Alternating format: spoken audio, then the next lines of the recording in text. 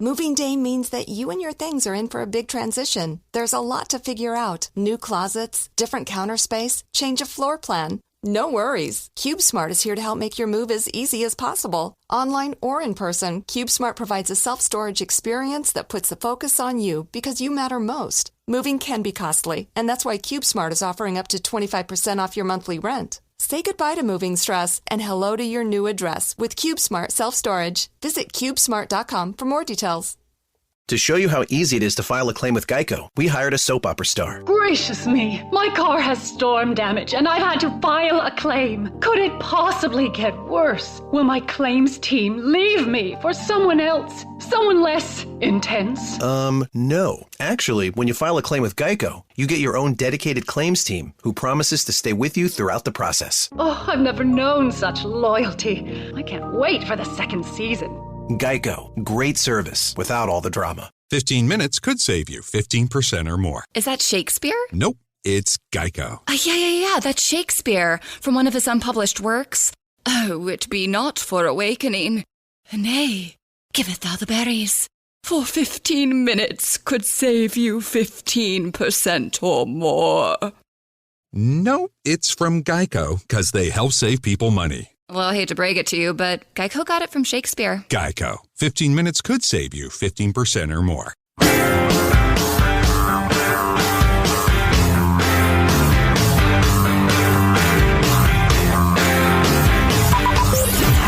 From the Abraham Lincoln Radio Studio at the George Washington Broadcast Center, Jack Armstrong. I can change a diaper with one hand. That's the fact, Jack. And Joe Getty. Joey, baby. I love entertaining people. Armstrong and Getty. But I know this. They're loco. So the hustle.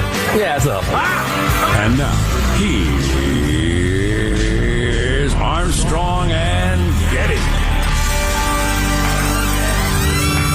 So I was reading about this the other day, and I thought you might find it interesting. Everybody's predicting that China will pass the U.S. as the biggest economy on earth by 2030 or whatever. You know, different people throw out different numbers. But this piece written by, who is this written by? It's really good. I'll tell you later. But the nightmare scenario for Xi is that China could follow the same trajectory as Japan, also touted as a potential challenger to the U.S. before it crashed 3 decades ago.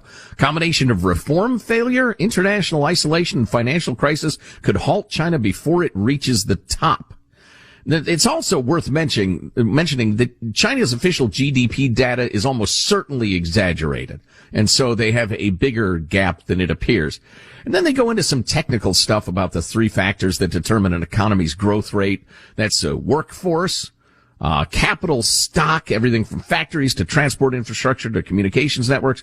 And finally, there's productivity, or how effectively those first 2 can be combined. And in each of those areas, China faces an uncertain future at best.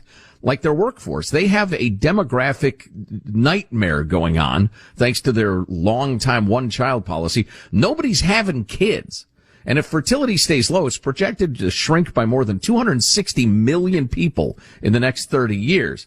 And they mentioned that China's they've raised the limits and encouraging people, and they quote a young Chinese worker who says, "The reason I haven't bought 3 Rolls Royces is not because the government wouldn't let me." In other words, saying children are expensive and you know, challenging, and I'm just, they don't have a culture of having big families. In fact, they hardly have a culture of having families at all. And it takes a long time to turn that sort of thing. Then they mentioned the outlook for capital spending isn't quite so bleak, although they've overbuilt and there are ghost towns full of empty buildings, 6-lane highways, so it's not clear if they need more anytime soon.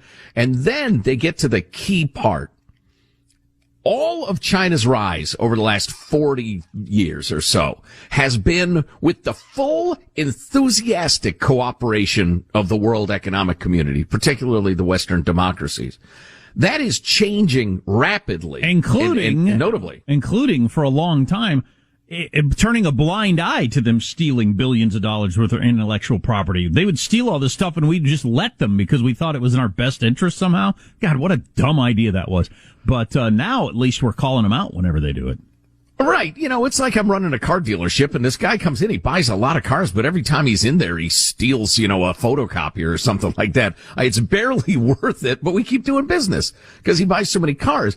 But they point out global ties are starting to fray. Recent Pew survey found 76% of Americans had an unfavorable opinion of China. It's a record high. And then they aren't alone. The blame over the origins of COVID, mounting concerns about human rights in Xinjiang, Hong Kong's draconian national security law have all helped darken the global view of China's rise. And if ties with the U.S. and its allies continue to fray, the cross-border flow of ideas and innovations that they steal so much is going to begin to dry up. So it'll be interesting to watch. But China's rocket fuel is starting to be withheld appropriately by the West because we finally figured out their game. I was just reading a scholarly paper by this gal who used to teach at their indoctrination university, and she ended up defecting to the West. And she said, who was the guy who wrote the 100-year marathon? I don't remember his name. Herman Melville. That's right. But he was talking about Michael Pillsbury. Yeah, he was with the Nixon administration when they opened China. And was briefly in the bakery business. They called him the doughboy. But anyway, he pointed out how naive we've been. She said the same thing. Oh, yeah, absolutely. China has been smiling at you, but 100% planning to stab you in the back. It has nothing to do with friendship. We're just using you. So I think everybody's hip to that. Nixon did not open. Funny, one of the biggest pieces of American political history has been wrong for half a century. Nixon didn't open China. They lured us in. It's completely wrong. We were wrong all these years. Anyway, that's one story. I got my bike stolen over the weekend, which was really annoying to me. It was a very expensive bike, and I really liked it. I bought it used on eBay, so I didn't pay the full price for it, but it was still a very expensive bike. And I grew up, I'd never heard of locking a bike until I was in my mid to late 20s. I grew up in a town where people rode bikes around and never locked them. Then even when I went to college in a different town, nobody locked their bikes. I never saw a bike lock in my life. Heck no. No. That's great. Just unthinkable. I left my motorcycle helmet on my motorcycle my whole life until I was like 25, and moved to a big city. It's just crime is so cultural. Mm-hmm. It's so much about culture. And we have now created a culture in this country, or we're working on creating a new crime culture. We're going backwards, as we all know. It's why 75% of Americans believe crime is on a rise, and a majority of Americans think crime is on the rise where they live. We've turned a blind eye to petty theft and everything like that, and now the culture's turned around. But anyway, I was very disappointed. Went to the swimming pool for the first time this year with the kids. We all rode our bikes over there, which is kind of a fun family thing to do. I even locked them up. And somebody who knows bikes spotted my bike, somehow apparently unlocked my lock, took my bike and left my kids' bikes there. Didn't even take my kids' bikes. So somebody was looking for high-end bikes. They unlocked the lock? They didn't cut it or anything? They must have, because when I got back, after we got done swimming, my kids' bikes were still locked up with the same lock. And my bike was gone. That's odd. Yeah, it is. And then I talked to a buddy of mine who said, those bike locks, he said, look at YouTube videos. He said, me and my daughter did this for fun one weekend. We wwent over YouTube videos. You can learn how to pick one of those bike locks. Most of them are easy to pick. Couple of tiny little tools that you can buy, and almost anybody. He said it's kind of a fun project to learn how to open all those things up. Wow, I had no idea. Yeah, so it turns out bike locks are like most locks and security that we all have. It makes us feel better about ourselves. It's a tiny barrier. It's like roots out probably the bottom tier of opportunists. Yeah, most people don't know that the average door can be kicked in by a medium-sized man. And you feel like you're safe when you put your little hook lock on it or whatever. Apparently bike locks are the same thing. Anyway, it was very disappointing to me. And so I went around to bike stores and stuff like that and asked what happens to them. And he says usually they take them out of town. They got to swap them into a different town. And it's interesting to me that there's a cross-section of people that know high-end bikes and are willing to steal. Unless they're just bike thieves. I mean, they're not like bike enthusiasts. Sure, it's their business. They're just thieves. How much money could you make off of that? I mean, it seems like it would be so much work to travel around towns trying to spot bikes and then turn them, I'm guessing, for, not getting near what you should out of them. If you put that much effort with all the help wanted out there, if you put that much effort into a real job, you wouldn't have to look over your shoulder all the time. Wouldn't you? Yeah. Well, I guess, although they probably, especially in your blue states, have figured out that the risks are incredibly low. And even if they get caught, what, are you going to bust them for a single bike? I mean, I bought a really expensive mountain bike used. And so at this point, even a public defender could argue it's a misdemeanor to steal it. It's probably worth $1,000 or $1,500, but they could say it's $950. And so there's no risk. Yeah. They get essentially a ticket. And if you go around, they know the brands, it's their business. And you steal, I don't know, say, 10 bikes a day worth $500 to $1,000. That's a pretty good paycheck. Yeah. You're right about that though. And part of the contributing to the culture, part of it is just, well, it all fits together. But the fact that if you get caught in the act, if I walked out while they were stealing my bike, almost certainly nothing would have happened to them. Well, so what's the risk involved? Right. Yeah, that's what I'm saying. I think every public pool, every library, every park where bikes are stolen ought to hire a couple of burly guys with ball bats. And they find somebody stealing a bike, they break both their arms. Hey, good news, you're not going to have to sign any forms because we're not going to charge you. But you come back again, we're going to break your arms on sight, all right? Have a good day, bye. And then I go inside to the swimming pool and tell them what happened. And I said, see, my son noticed you got cameras out there. Do you have that footage? He said, yeah, they're not hooked up to anything. There's a shot. I said, well, they aren't really doing much then, are they? Security theater. Yeah, I'd never even thought about that. If I had caught the guy in the act of stealing my bike and called the police, I don't even know if they'd have showed up. And if they had, it wouldn't have been much of a crime. So, right.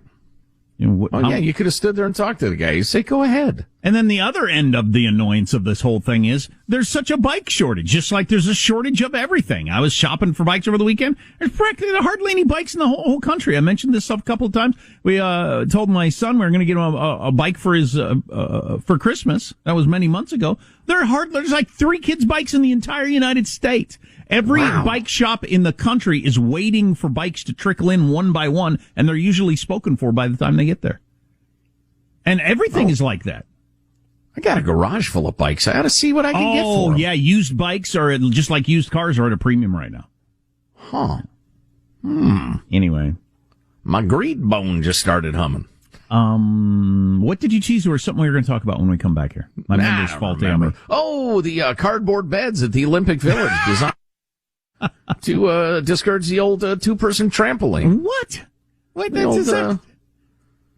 old pole vault, if you hear me talking. No, I don't hear you talking. Armstrong and Getty. Jack Armstrong and Joe Getty. The Armstrong and Getty Show. Speaking of folks leaving various towns, according to the Orlando Business Journal, Disney Corp is moving 2,000 jobs from Southern California to Orlando, building a big new campus. Various figures are denying that it has anything to do with the fact that one state is extremely business positive and friendly, and the other practically punishes you for even trying to be in business. But it's pretty clearly at least part of it. And finally, the Nevada woman I didn't accuse her, but read about it last week, accused of breaking into a dental office, stealing cash from it, and pulling more than a dozen teeth, despite not having a medical license. Geez, that makes my mouth hurt thinking about it. I'm not sure why you'd say more than a dozen teeth when it was 13 teeth. That is clearly more than a dozen, but why wouldn't you just say freaking 13? I don't know. Well, and journalism is so bad. You know, it's a bunch of kids, fresh out of college, looking for a job, told to produce clickbait. And then they have no facts and they don't ask the obvious questions. Well, I've dug up some more information. This woman performed a procedure to extract 13 teeth from one individual. Barbaric! Oh. And used anesthetic disposed of by the dental office. That'd be all of my teeth. Yeah. So, but again, okay, I'll just read it to you and then I'll get to my questions. That's right, I have 13 teeth. Well, I wasn't going to call you on that. It's luckily, a good chunk of them match up, because if they don't match up, you can't chew meat, but enough of them match up that I can chew. You know, your mouth is half full. That's the way I look at it. Sure. You could say, look, he's lost 19 teeth. Or you could say he still has 13. You can look at your mouth half full or half empty, depending on your view of life. My mouth is half full of teeth. You know, several of the 13 you got left are brownish. But, you know, the brownish. Well, the one's pretty brown. But anyway. The disturbing incident came to light during an investigation into a May 3rd break-in at the Reno dentist office. An after-hours alarm sent deputies to the scene that night. They found an open door, a broken window, a disturbed cash drawer. The burglar stole nearly $23,000 in cash and checks, et cetera, et cetera. But it's not clear at all in this article whose old toothless Bill in this scenario. Whose freaking teeth did she yank? Was it somebody who had a lot of dental problems and she said, you know, I saw a YouTube video, I'll give it a try? Well, was it somebody who came in needing a whole bunch of teeth pulled and so it wasn't that shocking? Or it was like me going in for a cleaning and all of a sudden we're going to have to pull like a third of your teeth. What? Or was it somebody who knew this woman who's unfortunate looking gal?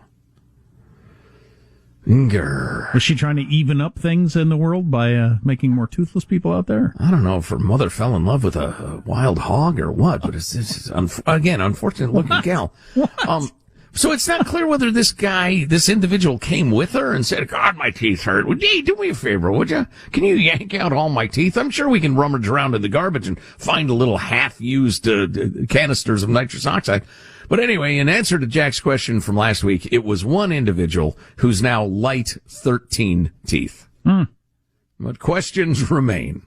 What is it with all the dating shows where contestants can't see each other? There are now a whole bunch of those dating shows where you either wear a mask or you're behind a wall or you're in the dark or something. Dating shows where you can't see the other person. I find that whole thing pretty fascinating. It would have to really mess with your mind if you had a whole bunch of dates with somebody you never saw, and you just came to believe, man, I really, really like this person. Like everything about them.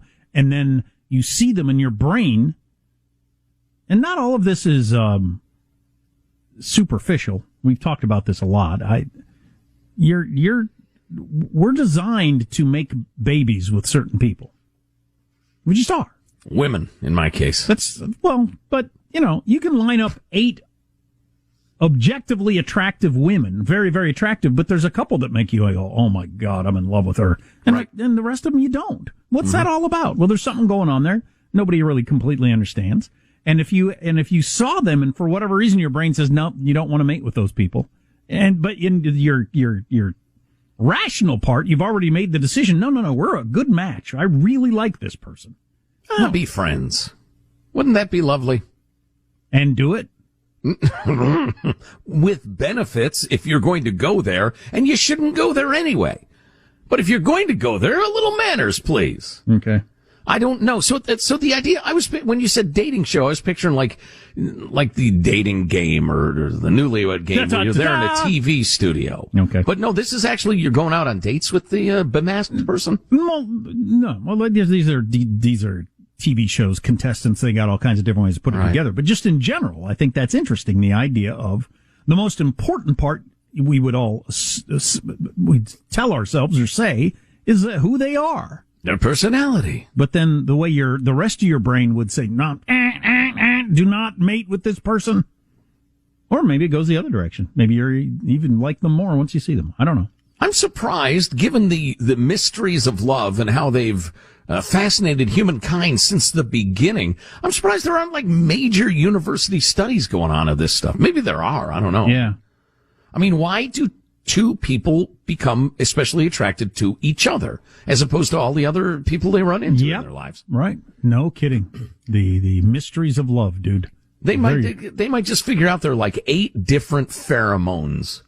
And, you know, this one responds to 2 of the others in the opposite sex in the case of, you know, opposite sexiness. Armstrong and Getty.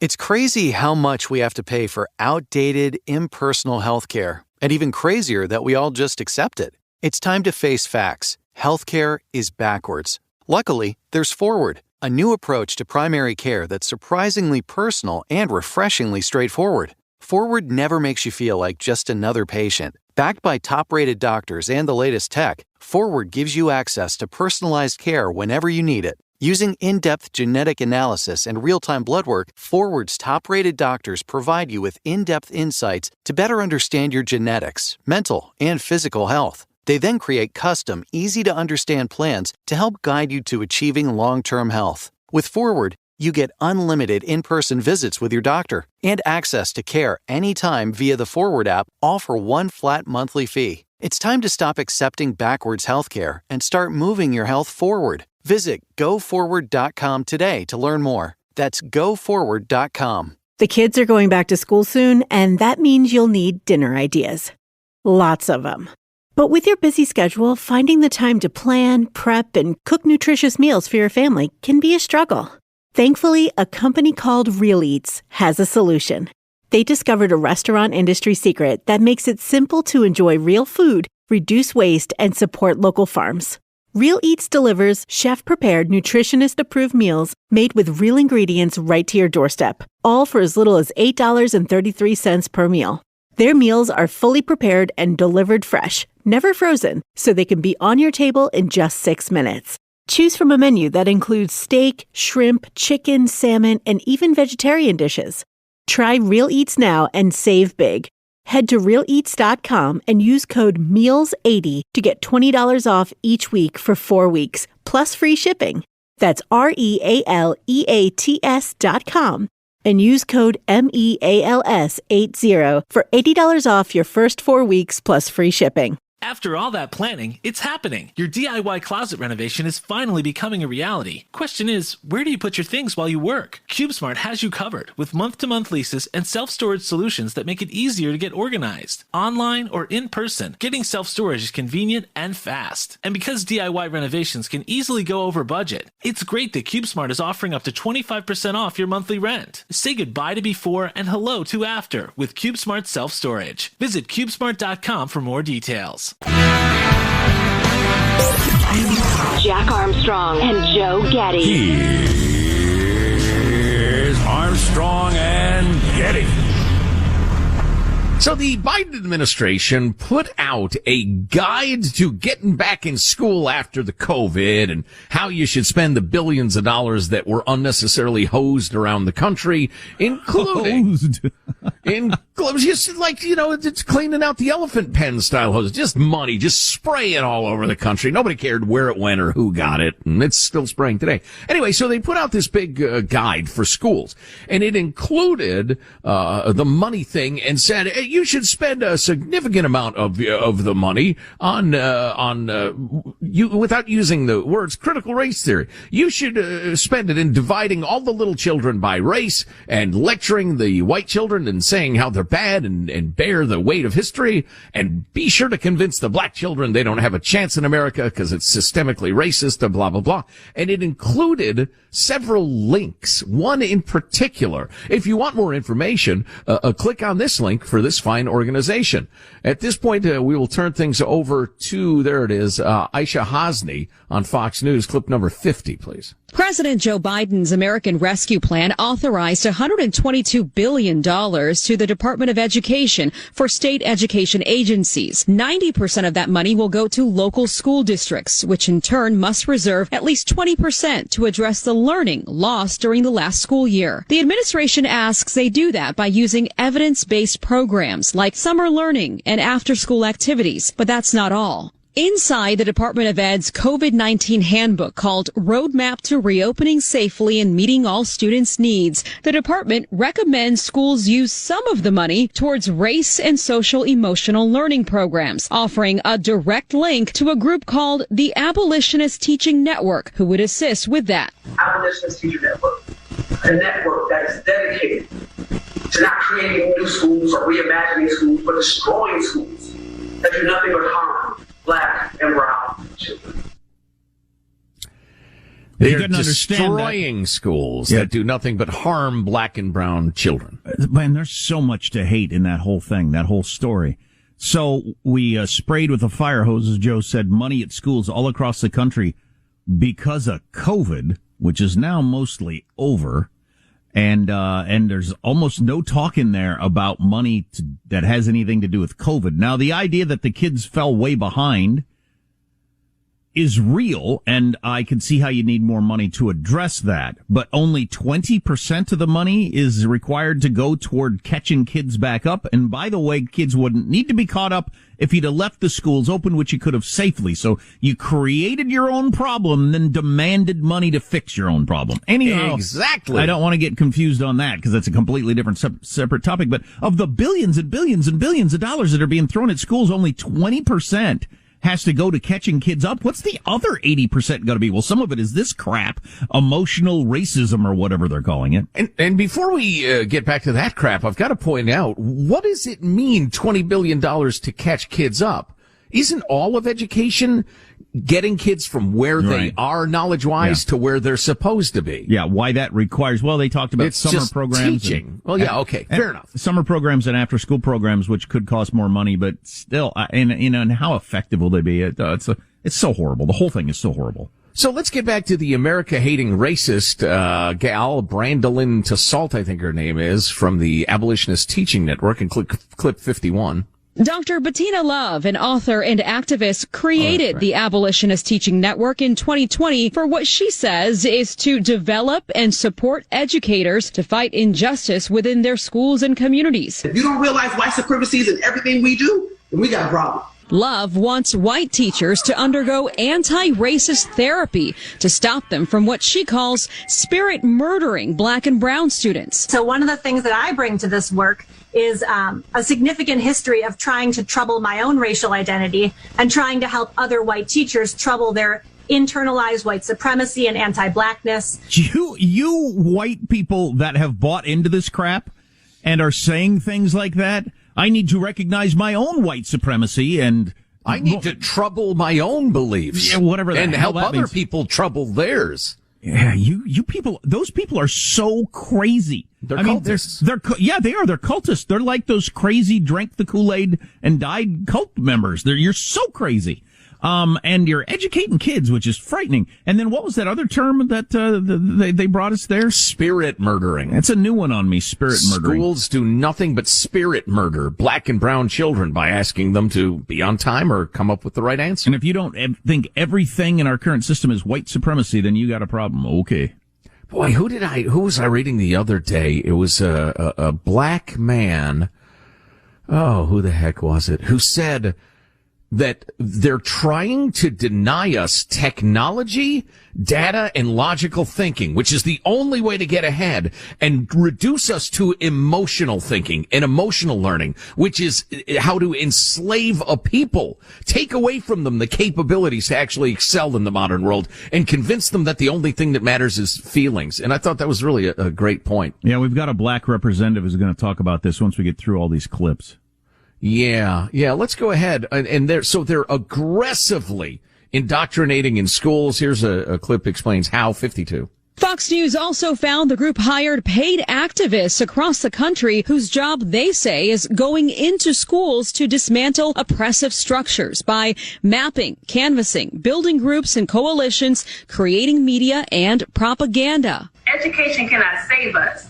We must save education. I want us to be feared. For example, if teachers find school uniforms to be oppressive, ATN would send in their activists to help abolish them. You call us, we will fund an activist in residence, and he or she or they will find out how. They will do the research, they'll do all the organizing, teachers and parents show up, and we dismantle.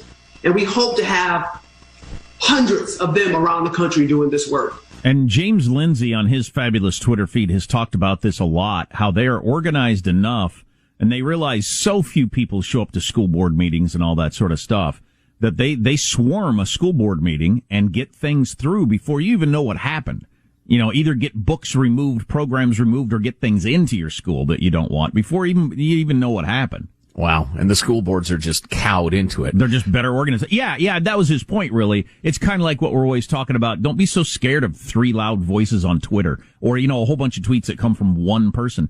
The school boards need to catch on. God, I wish I remembered exactly what it was. I think it was removal of a program that was called racist, but it was like 3 people complained, and the school board bent over backwards to satisfy 3 people that made a big deal with emails and calls and showing up to meetings.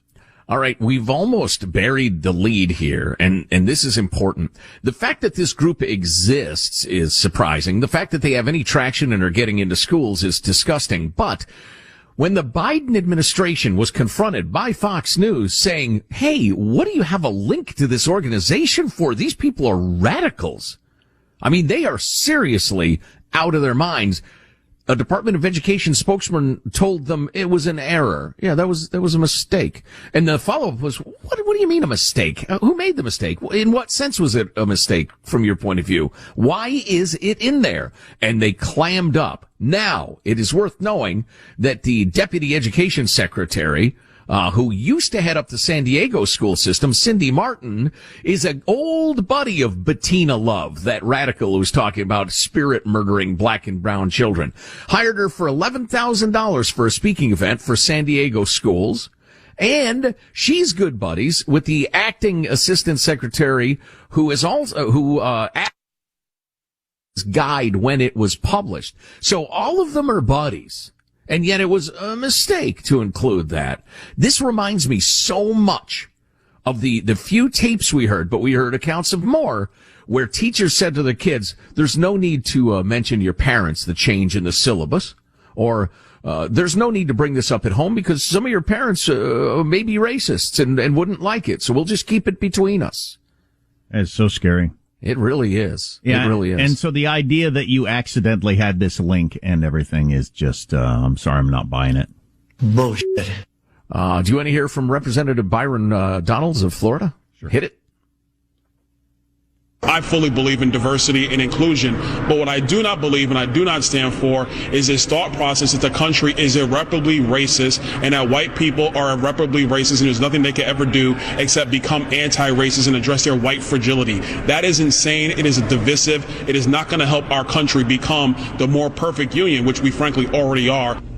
I know you can't tell people's races from the radio, and it shouldn't matter, but that was a black member of the House of Representatives, and a little bit earlier you heard a white teacher saying that. Just, you're every bit as crazy as the people who went to Ghana and drank the Kool-Aid. I mean, you're that crazy with that whole, what's that term she used? I need to, I need to trouble my, what's it? If you can, hey, Hanson, if you can just isolate her, I would like to be able to play that again. Yeah, cause that is just so amazing. The white crowd, and you saw this with some of the people that were kneeling before Black Lives Matters, protesters at restaurants in Washington, D.C., just with a smile on their face, like weird cultists. They're so happy to talk about how I'm a racist, I'm a white supremacist, and I'm wrong about everything, and I'm willing to do whatever you tell me to do. I'm complying. It's so weird. And I got to admit, the Ibram X. Kendis and the Robin DiAngelos of the world, it was clever to come up with the term white fragility and the way they use it. It's like I come home, I tell Judy, hey, I'm going to buy $5,000 golf clubs, a boat, and I've got a girlfriend. And she says, whoa, maybe, no, and are you insane? And I say, oh, it's wife fragility. You object to these things which I'm proposing, which really objectively viewed are freaking nuts. And in the case of the white thing, the racist thing, they're clearly racist. But I say, oh, wife fragility. And just nod my head like I owned you. Look at me, wife fragility. It doesn't. Oh, I almost dropped an F-bomb. That would have been exciting. We've got a dump button for people listening on the air, but people online would have heard it. That is blanking meaningless. Right. It is pretty clever. The whole anti-racist thing was clever because it sounds perfectly fine, but it's not at all perfectly fine. And you slip it by a whole bunch of politicians and news talking heads on the news before they realize what it is. And yeah, and the white fragility, very clever. Oh, you don't agree with me because you're so weak. I mean, it's kind of a catch. There's no way you can get out of that. Well, and what's so crazy about it is if, getting back to the and the more you don't agree with me, the weaker you are. I mean, that's a hilarious premise. Right, yeah. And getting back to the marital metaphor, it's as if I unveiled a new program of every time Judy annoys me, I shove her. And I call it the anti-domestic violence program. I'm an anti-domestic violencist. And I'm going to do it by showing how violent I am. Just like these so-called anti-racists are the most raving, bold-faced, proud racists I've seen since the Klan's resurgence in the 1920s. So back to the idea that this was a mistake. This link was a mistake from the Biden administration. How are you feeling about that? Hilarious. No. Surely the people in charge are associated with this gal. They paid her 5 figures to show up and speak. God, at some level in the Biden administration, though, they had to know that this would have been radioactive. It could be that these activist Department of Education people wanted it in there, and it was supposed to be removed because somebody above their head either said this stuff is repugnant, which I doubt, or said, nah, it's too hot. It reminds me of Barack Obama saying, no, we don't want socialized medicine. But then behind closed doors, he'd say, look, we got to get it halfway there to get there. So let's just pretend we're not going all the way. So, yeah, it's horrific. Public schools are a cesspool of Marxist indoctrination right now. It's shocking. So one of the things that I bring to this work is a significant history of trying to trouble my own racial identity and trying to help other white teachers trouble their internalized white supremacy and anti-blackness. And she's got that wide-eyed look of the cultist. She's so enthused about talking about how racist she is. What a lunatic. Yeah, complete loon. I was talking about how I need to come to Jesus moment about my eating and my exercise. I've just gone off a cliff. After being really, really dedicated for like a full year, I've just gone off a cliff, and I either need I need somebody to say something to me about it that hurts my feelings, or I need a picture, an unflattering picture. Got to be cruel to be kind. Of course, if you ask people to say unkind, people say unkind things on the text line anyway, but if you ask for it, you're going to get plenty. Yeah, go on Twitter and ask people to be unkind. Yeah, I'll put up a picture of myself and have at it. Jack, you fat sloth, go work out and stop eating donuts, one texter said. Also this one, I work in the same town you live in, saw you at Baskin-Robbins again. This is your come to Jesus moment. I like that. Saw you at Baskin-Robbins again. That's true. I've been there a number of times in the last couple of months with my kids, but of course I get ice cream while I'm there. And speaking of space, coming up this weekend, we've got a full buck moon. Yes. So there you go. The full buck moon. Whatever the heck that is. Jack trying to sell us his phony moons again. Come on. Yeah. Armstrong and Getty. Jack Armstrong and Joe Getty. The Armstrong and Getty Show. It's funny, the thing with the whole cologne and perfume. I'll be very vague about this. I almost said something terrible. Anyway, I came in contact with a person. Go ahead. The other day, and I didn't come very close in contact with them, but I was bowled over by their cologne. And I just thought, did you start that way, or did you just is it like tanning? Where you get used to how tan some people, they get used to how tan they are and they feel like they're not tan enough, and the next thing you know, they're a different race. They're a catcher's mitt. Yeah. Is that way with cologne? You just first time you put it on, you kind of noticed it, and then you get used to it and you have to keep increasing it?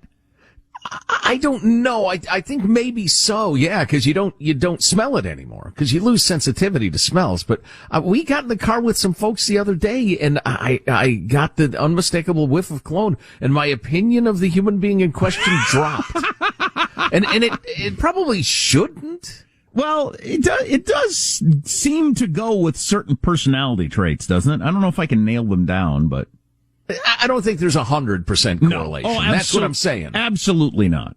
Right. You can't, even if 65%, 2/3 of cologne wearers are somewhat dishy. You can't assume that. What are the personality traits of cologne guy? Text line 415-295-KFTC. An aggressive scent. What are the common personality traits of cologne guy? I remember back, was it the 80s, the 90s? It was pretty common to just have a little bit of cologne, but I drifted away. I ended up I had bottles of decades old, nice cologne, that I finally just threw away. I think it had more to do with me, I don't know, when I became a married guy, I stopped wearing cologne. I don't know.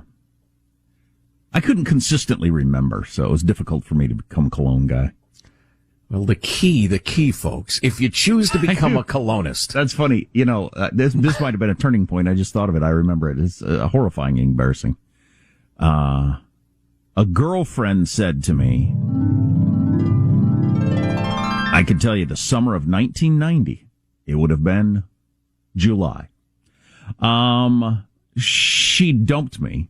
I knew she was coming over to dump me. Oh, boy. But I still got kind of dressed up and everything like that for some reason. I don't know why. I was hoping she'd change her mind or something. You want to be more impressive and not pathetic. I get it. Anyway, I'm standing on the front porch of this duplex I'm renting, and she pulls up in the driveway and she gets out of her car and she says, I can smell you from here.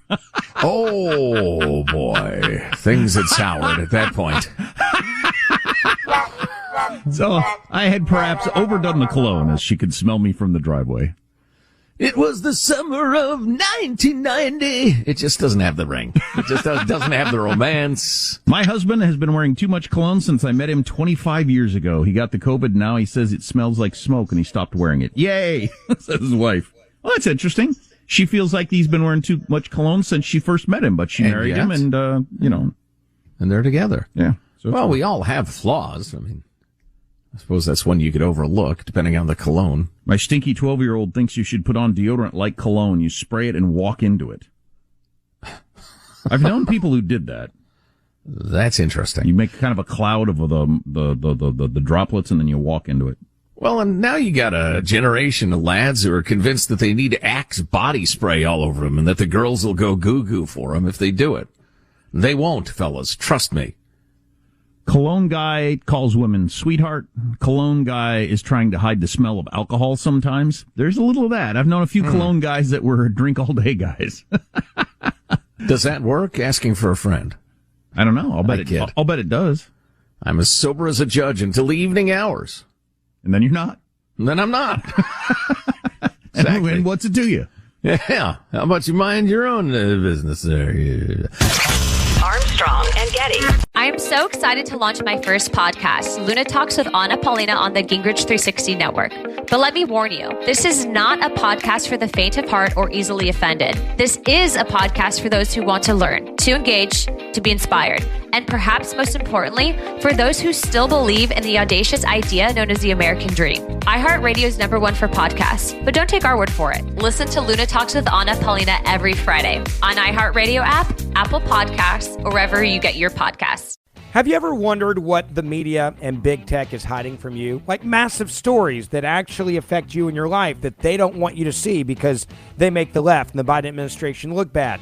Well, now there's a podcast dedicated to exposing all of that each and every day. So download the fastest growing podcast in the conservative movement, the Ben Ferguson Show podcast right now. That's right. You can listen to Ben Ferguson Show podcast on iHeartRadio app, Apple Podcasts, or wherever you get your podcasts.